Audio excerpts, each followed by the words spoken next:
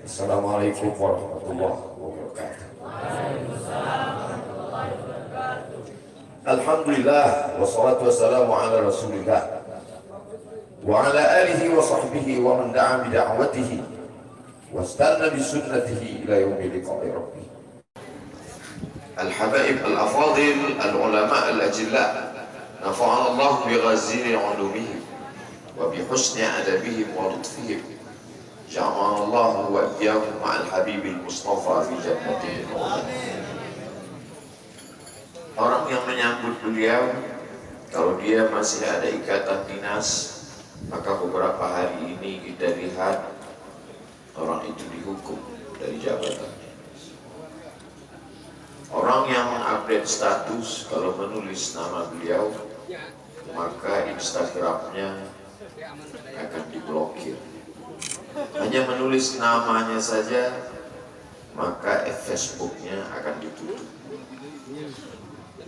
Orang menjadi takut untuk menjenguk beliau, kecuali orang-orang yang takutnya sudah dihabiskan hanya untuk Allah.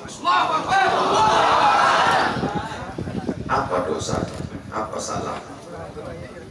Berapa triliun negeri ini pernah dirugikannya? Berapa sumber daya alam, minyak, batu bara, nikel, uranium yang pernah dijualnya ke luar negeri? Berapa BUMN, perusahaan yang pernah dijualnya aset-aset negara? Ada yang pernah dia jual? Dia hanya mengajak anak muda yang selama ini pecandu narkoba menjadi bertobat kepada Allah. Dia hanya membangkitkan semangat anak muda yang selama ini berzina menjadi orang-orang yang takut kepada Allah. Allahu Akbar. Dia hanya mengajak mereka yang memakai baju hitam, pakaian hitam, merubah menjadi pakaian putih. Mereka berusaha untuk memutihkan catatan amal baik mereka di hadapan Allah. Amin. Dia hanya menyadarkan umatnya supaya sadar bahwa politik itu penting. Angkatlah pemimpin yang adil dan amanah. Dia hanya sedang mengajak umatnya supaya jangan memilih pemimpin kafir. Salahkah perbuatannya? Tidak. Dia tinggal negara demokrasi. Dalam dunia demokrasi, siapapun berhak untuk mengajak menyuarakan kebenaran. Dia tidak melawan sultan, dia tidak melawan ulil amri, dia tidak melawan siapapun. Dia hanya melawan ketidakadilan. Hari ini saya berangkat setelah sholat subuh menuju airport, naik pesawat. Setelah naik pesawat, naik mobil. Setelah naik mobil, jalan macet, saya mesti turun naik sepeda motor. Setelah naik sepeda motor pun juga tidak bergerak, jalan kaki. Akhirnya sampai kemari. Dalam hati saya berkata, celaka betul orang yang mengatakan kemarin katanya tidak ada yang menyambutnya. Sudah 3 hari, saya pikir 3 hari tidak ada orang lagi, saya akan datang bisa duduk berdua dengan beliau. Saya tidak datang mau ceramah, saya tidak datang mau tausiah, saya tidak mau datang mau tabligh akbar. Ternyata yang menyambutnya seramai ini, sebanyak ini, orang berjalan kaki, anak-anak muda berjalan kaki, orang tua, ibu-ibu duduk di pinggir jalan. Apa yang membuat mereka datang kemari? Satu, cinta. Lahu baru ni'aliha ahabbu ilayya wa asfali malwaha, kata Qais. Debu yang menempel di sandal Laila lebih dapat menghilangkan rasa sakit dan duka.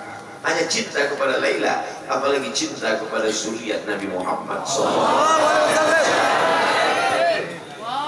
Andai engkau orang alim, andai engkau hafal kitab, andai engkau mengerti kitab kuning, banyak ilmumu, tapi ada kebencianmu kepada ahli bait Rasulullah SAW, hilang keberkahan hidupmu. Andai engkau punya derajat seperti seorang wali, andai engkau diangkat Allah sebagai wali, maka jatuh derajat kewalianmu hanya karena kebencianmu kepada ahli bait. Apa kata Kiai Haji Maimun Zubair? Ahli bait itu seperti Quran yang lapuk. Andai ada ahli bait itu yang nakal, yang jahat sekalipun, dia tetaplah seperti Quran yang lapuk. Quran yang buruk, andai titiknya sudah tidak ada lagi, tak akan mungkin kau akan buang. Kau tetap juga akan jaga dia, kau akan cium dia. Kenapa? La yamassuhu illal mutahharun. Allah yang mensucikan. Seorang sahabat Nabi disuruh membuang air bekas daripada bekam Rasulullah SAW. Buanglah ini, kata Rasulullah. Lalu kemudian beliau pergi ke belakang. Setelah itu dia datang lagi menghadap Rasulullah SAW. Rasul tahu apa yang dia lakukan karena Nabi dapat wahyu, Nabi terbuka hijab. Tapi Nabi ingin bertanya kepada dia. Bukan Nabi tidak tahu, Nabi tahu, diberikan Allah pemberitahuan. Nabi ingin memberitahu siapa yang tidak tahu. Kemana darah bekam tadi kau buat, kata Nabi. Ku minum ya Rasulullah. Mengapa engkau minum? Karena aku tahu bahwa darah yang mengalir dalam diriku membuat aku haram tersentuh api neraka. Mengalir darah itu dari dia kepada Sayyidatuna Fatimah, dari Fatimah kepada Sayyidina Al-Hasan, dari Sayyidina Al-Hasan ada juga kepada Sayyidina Al-Husain, dari Sayyidina Al-Husain kepada Sayyidina Ali Zainal Abidin, dari Zainal Abidin kepada Sayyidina Muhammad Al-Baqir, dari Sayyidina Muhammad Al-Baqir mengalir darah itu kepada Sayyidina Ja'far Sadiq, dari Ja'far Sadiq mengalir kepada Sayyidina Ali Al-Uraidi, dari Ali Al-Uraidi mengalir darah itu kepada Sayyidina Muhammad An-Naqib, dari Muhammad An-Naqib mengalir darah itu kepada Sayyidina Isa sampai kepada Sayyidina Ahmad bin Isa Al-Muhajir. Lalu kemudian darah itu mengalir kepada Imam As-Saqqaf, Al-Idrus, Al-Haddad, Al-Attas, dan salah satunya adalah bin Syihab. Dan salah satu dari zuriat bin Syihab itu adalah Sayyidi Al-Imam Al-Akbar Al-Habib Muhammad dari Allahu Akbar. Kalau mau hidup tenang, beliau sudah tenang dengan anak menantunya, dengan cucunya, dengan ilmunya. Beliau meraih gelar LC dari Universitas Imam Muhammad Ibn Saud. Dia cukup dengan majlis-majlis maulidnya cukup. Mengapa dia bersusah payah? Mengapa dia mesti kena fitnah? Dia hanya mengikut darah Sayyidina Al-Husain. Kalau mengikut Sayyidina Al-Hasan lembut, mengikut Sayyidina Al-Hasan lembut sentuhannya. Maka para ahli bait ini mengikut dua aliran, Sayyidina Al-Hasan dan Sayyidina Al-Husain. Kedua-duanya saya cintai.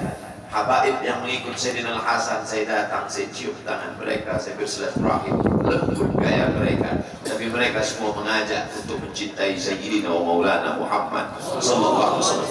Tapi ada yang seperti Sayyidina Al-Husain, menggelegar suaranya, dihuluskan pedangnya untuk musuh-musuh Allah. Keduanya adalah sama-sama diridhai Allah. Innal Hasan wal Husain sayyida syababi ahli jannah.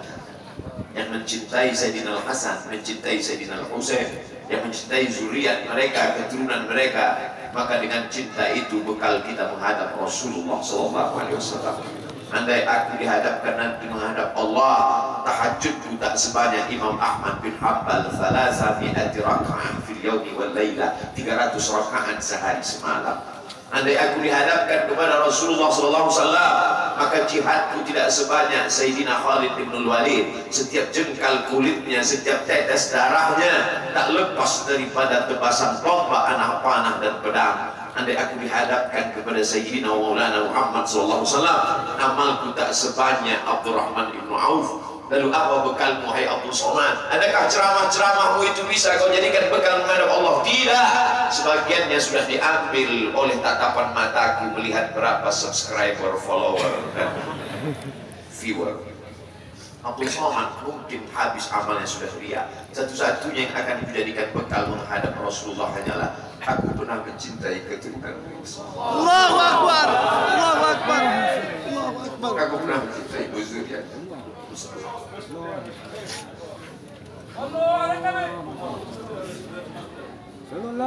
Allahu Akbar.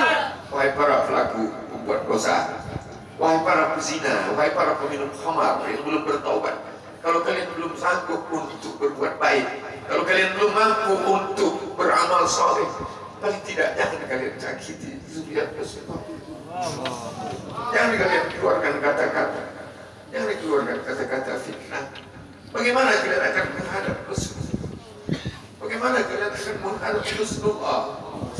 Pada saat itu seluruh umat berkumpul menghadap Nabi Adam alaihissalam. Kami tidak sanggup berdiri di padang mahsyar ini, wahai Adam. Menghadaplah kepada Allah. Kata Adam, aku tidak sanggup menghadap Allah. Karena dulu Allah berkata, la taqrabu hadhihi syajarah. Jangan kau dekati pohon kuldi ini, tapi aku malah memakannya, ya Allah. Mereka datang menghadap Nabi Nuh alaihissalam. Kata Nabi Nuh, aku tak sanggup menghadap Allah. Karena anakku durhaka. Sa'awi ila jalalin ya'simuni minal ma'. Aku akan naik ke atas bahtera perahu yang bisa menyelamatkan aku dari air.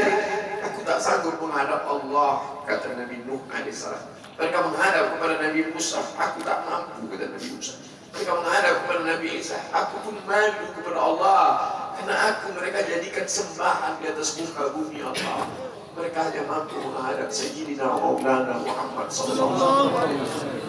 Wahai para peminum khamar, wahai para pezina, wahai para pelaku dosa, kalau kalian belum mampu beramal soleh, belum mampu bertobat, paling tidak jangan kalian zina zuriat Rasulullah SAW. Bagaimana kalian akan menghadap Rasulullah? Pada saat itu tak ada syafaat. Man dzalladzi yashfa'u 'indahu illa bi'idhnih. Tak ada satu pun yang bisa memberikan syafaat kecuali Sayyidina wa Maulana Muhammad sallallahu alaihi wasallam.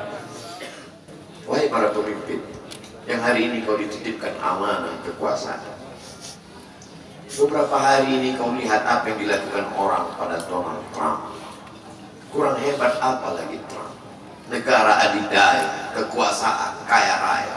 Tapi ketika kekuasaan itu diambil oleh Joe Biden, kita pun maju melihat video ejekan-ejekan itu. Kalau hari ini kau punya kekuasaan, saudara, sampai masanya kau juga akan mengalami seperti yang dialami oleh Trump. Jabatan itu cabut Allah Ta'ala.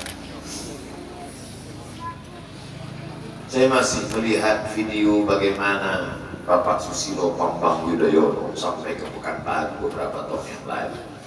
Di depan balihonya disobek. Beliau jenderal, ganteng, punya partai. Tapi setelah kekuasaan itu tak ada di tangannya, difitnah, dibully, balihonya disobek. Bagaimana agaknya ketika tiga hal itu tak ada pada diri kita? Tidak jenderal, tidak ganteng, dan tak punya partai. Fakta biru ya Allah besar. Menangkap ikan di Bukit Selasih. Demikian, terima kasih.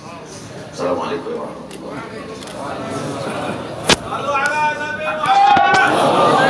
wabarakatuh.